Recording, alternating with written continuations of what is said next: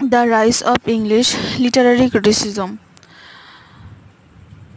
আলোচনা করছি work of security, rise of ইংলিশের। এটা ছিল একটি ত্রৈমাসিক সাহিত্য আর সমালোচনার জার্নাল। এর মূল কাজ ছিল তৎকালীন লিটারেচারের ভুল ত্রুটি তুলে ধরা।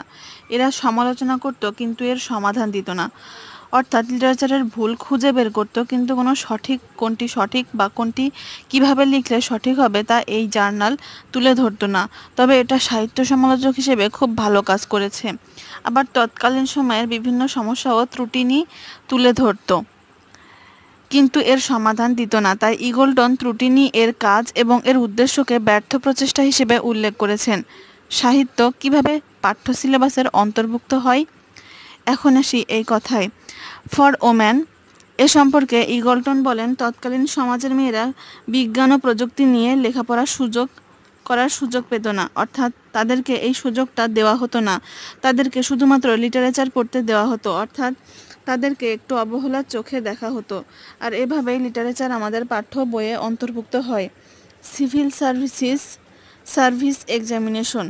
তৎকালীন সময়ে ব্রিটেন ছিল পৃথিবীর পরাশক্তি। বলা হতো ব্রিটিশ রাজত্বে সূর্যাস্ত যেত না।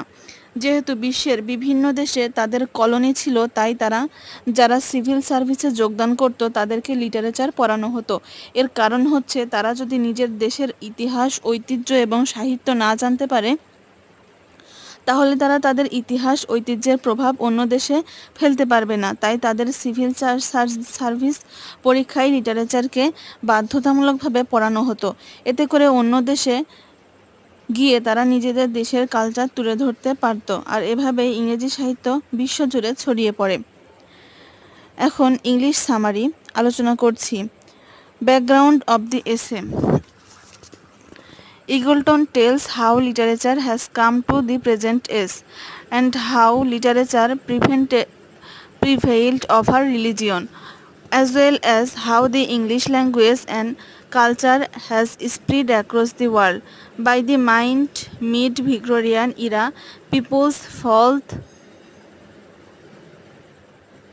in religion was decreasing due to advance in science and technology. People were moving away from religion, and at that time, the place of religion was taken by literature. And this is what Terry Eagleton discusses in this iconic essay, The Rise of English. English summary.